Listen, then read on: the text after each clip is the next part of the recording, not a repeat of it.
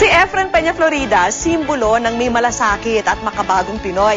Kaya naman hindi nakapagtataka nang nabalitaan naming lumawak ang kanyang mga programang pang-edukasyon. Ito po ang good news ni Kata Tibayan. Sino ba naman ang makakalimot sa kauna-unahang Pinoy na tinuguri ang CNN Hero of the Year noong 2009? Sa ilalim ng Dynamic Teen Company o DTC ni Efren Peña Florida, ipinagulong ang Kariton Eskwela upang turuan ang mga batang hindi nakapag-aral. Pero ang dating karag-karag na Kariton, ngayon meron ng permanenteng tahanan at ito ang Kalingain Batang Mahirap Foundation Center sa Cavite. Yung lote nito, yun yung ginamit naming pambili sa lote, yung sa grant ng CNN, yung 30% nun. Tapos, yung 30% ng grant, ginamit namin sa scholarship. Tapos yung 30% nga, yung tax. Tapos yung 10%, nagbigay kami sa isang church. Ngayon, isang building na ang nagsisilbing lugar para sa mas maayos na pag-aaral ng mga bata.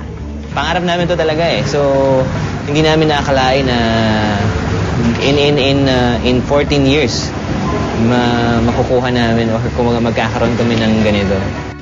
Dala ng mga bagong pasilidad ang mga karagdagang programa, kabilang ang Leap o Learners Education Aid Program, isang mas pinatibay na programa para sa mga batang nagbabalik eskwela. Bukod sa academics, ginagabayan din sila sa pamamagitan ng pagtuturo ng mga mabubuting asal.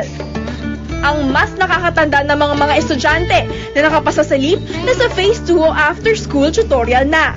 Dito, tinututukan ang kanilang mga assignments at pagre-review sa mga aralin.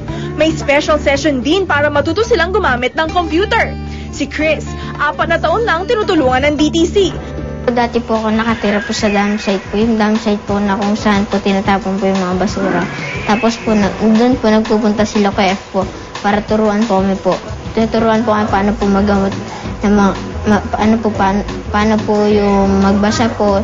Tuturuan po kami paano po magsulat. At pag may mga sugat po kami, ginagamot din po nila.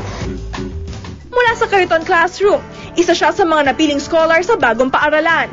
Ngayon, grade 6 na siya, nasa top ng klase at isa ring volunteer. Dati po ako po yung tinutulungan po at ako po yung estudyante po nila kay F po. Ngayon po ako na po yung volunteer po ng Kariton Classroom po. Yung ginagawa ko po na nagagamot po ako ng mga sugat po. Ako po yung first aider po. Ang pag-asang binigay kay Chris, ipinapasa niya rin sa iba. Pangarap ko po na maging teacher po kagaya po nila kay F po. Gusto ko rin po makatulong po dun sa mga bata po. Kagaya ni Chris, madaming nabagong buhay ang DTC, kabilang na ang mga volunteers. Basically, nagtuturo po kami ng 3 kinds like literature, andun din po yung daily living skills wherein tinuturuan po silang maging independent. Tinuturuan din po sila ng values formation para mas madali po sa kanila yung pagmamahal dun sa pag-aaral nila. Nabuksan po yung isip ko na bakit yung mga kabataan at this young age kaya nilang tumulong.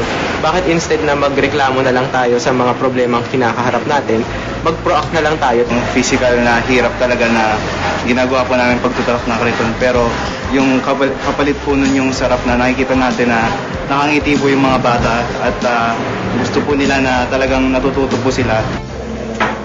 Sa ngayon, nakikipagtulungan ang DTC sa Department of Education para sa programang Zero Street Children.